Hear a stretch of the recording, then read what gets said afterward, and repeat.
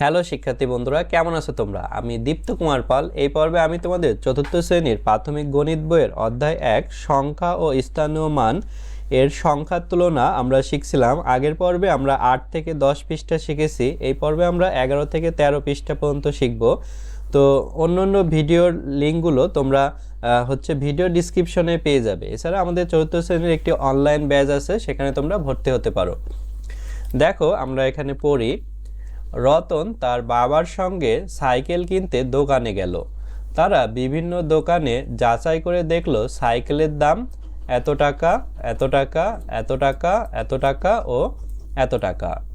কোন দামে সাইকেলটি সবচেয়ে সস্তা এবং কোনটি দামি, এটি তোমাদের খুঁজে বের করতে বলছে। তো দেখো, এটি হচ্ছে তোমাদের 5,648 টাকা, এটি হচ্ছে 7,425 টাকা, 8,600 টাকা, আর এটি হচ্ছে 6,599 টাকা, এখানে 7,450 টাকা। এর আগে আমরা দুইটা সংখ্যার তুলনা শিখেছি, এখানে অনেকগুলো সংখ্যা আছে। তো আমরা সবচেয়ে সস্তাটা প্রথমে বের করতে পারি, অর্থাৎ ছোট সংখ্যা। তো এটা 5,000, 7,000, 8,000, 6,000, 7,000। তো এটি কিন্তু 5,000, এটা হচ্ছে সস্তা সাইকেল। অর্থাৎ সস্তা সাইকেল হচ্ছে 5,648 টাকার সাইকেল। আর দামি সাইকেল এটি 7,000, 8,000, 6,000, 7,000। তো এই যে এইটা 8,000 টাকার দামের সাইকেল, 8,600 টাকার সাইকেল, এটা হচ্ছে দামি, 8,600 টাকা। তারপরে দেখো এখানে নিচে ওরা এগুলোই তুলনা করেছে, এই যে সংখ্যাগুলোকে এভাবে ঘরের ভিতর রেখে সুন্দর করে তারা তুলনা করেছে। এভাবে ঘরের ভিতর রেখে তোমরা তুলনা করতে পারো। এখানে এই যে সংখ্যাগুলোর স্থানীয় মান পর্যবেক্ষণ করে আমরা পাই এভাবে ছোট থেকে বড় সাজিয়েছে। অর্থাৎ এখানে 8 বড়, তাই এই সংখ্যাটি বড় হয়েছে। তারপরে এখানে 7 দুই জায়গা আছে, এখানে আছে, এখানে আছে, তাহলে তার পরের ঘর। এখানেও 4 আছে, এখানেও 4 আছে, তাহলে হয় না।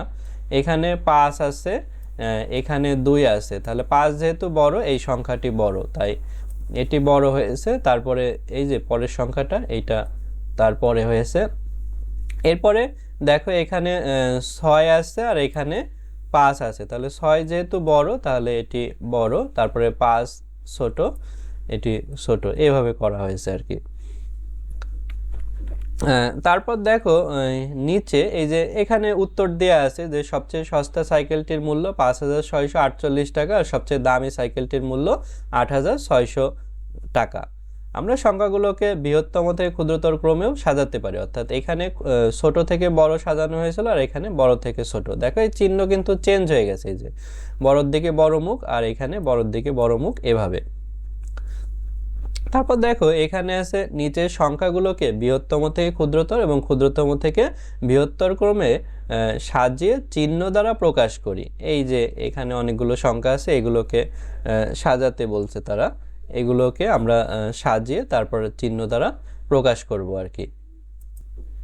এখন বিষয় হচ্ছে এগুলো নিচে সাজানোই আছে, এই যে এখানে সাজানো আছে। তো এখানে আমরা সাজিয়েছি, তোমরা এভাবে সাজিয়ে নিতে পারো, খুবই সহজ।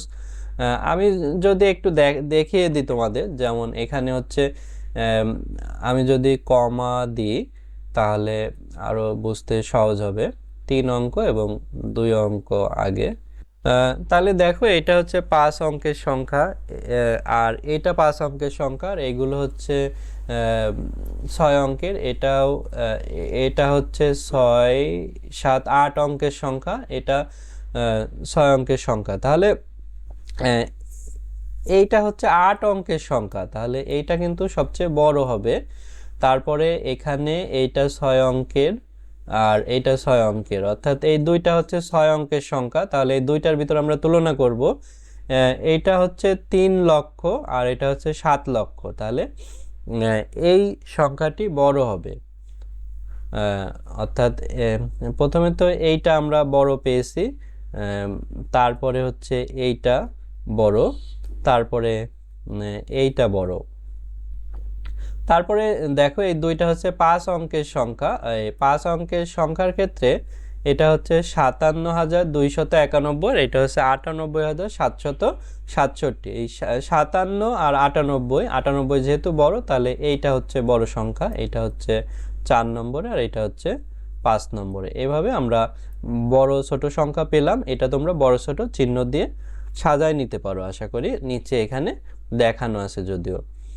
তারপর দেখো আমরা এখানে 4 নম্বরের বিষয়টা যদি দেখি, এখানেও এই সেম জিনিস বড় ছোট করতে বলছে। তো এই যে 1 2 3 4 5টা সংখ্যা দিয়েছে, সংখ্যাগুলোর মধ্যে কোনটি বৃহত্তর, আমরা বৃহত্তর লিখেছি, এবং সংখ্যাগুলোর মধ্যে কোনটি ক্ষুদ্রতর এটা। তো কিভাবে আমরা এটা বের করেছি সেটি তোমাদের শিখাই আমি। প্রথমে আমরা যদি দেশীয় পদ্ধতিতে কমা ব্যবহার করি, তাহলে দেখো দেশীয় পদ্ধতিতে কমা, এই যে এইভাবে দেশীয় পদ্ধতিতে কমা ব্যবহার করি, তাহলে দেখো এই যে এইটা হচ্ছে 6 অঙ্কের সংখ্যা, এটা 6 অঙ্কের, এটাও 6 অঙ্কের সংখ্যা, এইটা 6 অঙ্কের সংখ্যা, কিন্তু এইটা কিন্তু, হ্যাঁ এইটাও 6 অঙ্কের সংখ্যা, কিন্তু এইটা কিন্তু অনেক সংখ্যা, 6 7 8 8 অঙ্কের সংখ্যা এটা, তাহলে এই সংখ্যাটা বড়। এই এটা যেহেতু 8 অঙ্কের সংখ্যা, বাকিগুলো 6 অঙ্কের সংখ্যা, তাই এটি বড়। এরপরে সবগুলোই কিন্তু 6 অঙ্কের সংখ্যা, তাহলে তুলনা কিভাবে করব, এটা একক, দশক, শতক, হাজার, অযুত, লক্ষ। তো লক্ষর ঘরে আমাদের তুলনা করতে হবে, লক্ষর ঘরে এটি 5, এটি 9, এটি 6 এবং এটি 8। তাহলে এই 9 সংখ্যাটি যেহেতু বড়, তাহলে এইটা প্রথমে হবে। আমরা সহজেই তুলনা করতে পারি, যেমন এইটা হচ্ছে আমাদের প্রথমে, এইটা দ্বিতীয়তে, এইটা আমাদের তৃতীয়তে, এইটা চতুর্থতে এবং এইটা পঞ্চমে যাবে। কারণ হচ্ছে এটা বড় সংখ্যা, তারপরে এটা 9 লক্ষ, এটা 8 লক্ষ, এটা 6 লক্ষ, এটা 5 লক্ষ, তাহলে এই সংখ্যাটা হচ্ছে সবচেয়ে ছোট। এভাবে আমরা সহজে তুলনা করতে পারলাম। তারপর দেখো এখানে সুন্দর একটি জিনিস আছে, নিচের ছবির মতো 5টি নম্বর কার্ড তৈরি করি এবং সেগুলো দিয়ে যত বেশি সম্ভব সংখ্যা তৈরি করি, তৈরি করার সংখ্যাগুলো খাতায় লিখি। এখানে অনেকগুলো নম্বর কার্ড আছে, এখান থেকে 5টি নম্বর কার্ড নেওয়া হয়েছে এবং এখানে বলা হয়েছে এই 5টি কার্ড দিয়ে বৃহত্তর কোন সংখ্যাটি তৈরি করতে পারি এবং কোন ক্ষুদ্রতর সংখ্যাটি তৈরি করতে পারি সেটি তোমাদের লিখতে বলছে। এখানে খোপও দেওয়া আছে, বৃহত্তর সংখ্যা, ক্ষুদ্রতর সংখ্যা। তো এটি তোমাদের এখন আমি দেখাবো। দেখো এখানে বৃহত্তর সংখ্যা তৈরি করতে হলে আগে বৃহত্তর অঙ্কটি নিতে হবে। বৃহত্তর অঙ্ক প্রথমে হচ্ছে 9, তারপরে হচ্ছে 8, তারপরে হচ্ছে 5, তারপরে 3 এবং তারপরে 1। তো ক্ষুদ্রতম সংখ্যাটি হচ্ছে এইটা 1 3 5 8 9। তো এইটারই উল্টা করে লিখলে সেটা ক্ষুদ্রতম সংখ্যা হবে।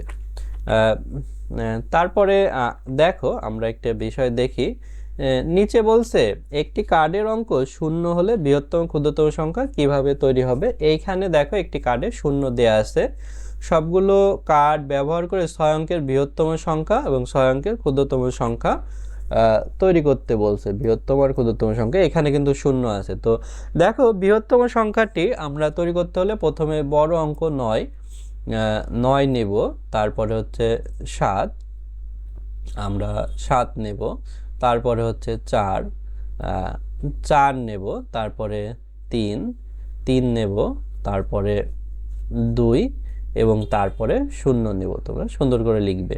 তো এখন ক্ষুদ্রতম সংখ্যা কিভাবে তৈরি করবো, ক্ষুদ্রতম সংখ্যার ক্ষেত্রে কিন্তু আমরা প্রথমে 0 নিতে পারবো না, কারণ প্রথমে 0 নিলে সেটা কিন্তু আর 6 অঙ্কের সংখ্যা থাকবে না, সেটা হয়ে যাবে 5 অঙ্কের সংখ্যা। তাই 6 অঙ্কের সংখ্যা তৈরি করতে হলে শেষে 2 প্রথমে নিতে হবে, তারপরে 0 নিতে হবে, তারপরে 3, তারপরে 4, তারপরে 7, তারপরে 9। তাহলে এখন কিন্তু আমাদের 6 অঙ্কের ক্ষুদ্রতম সংখ্যা হয়েছে।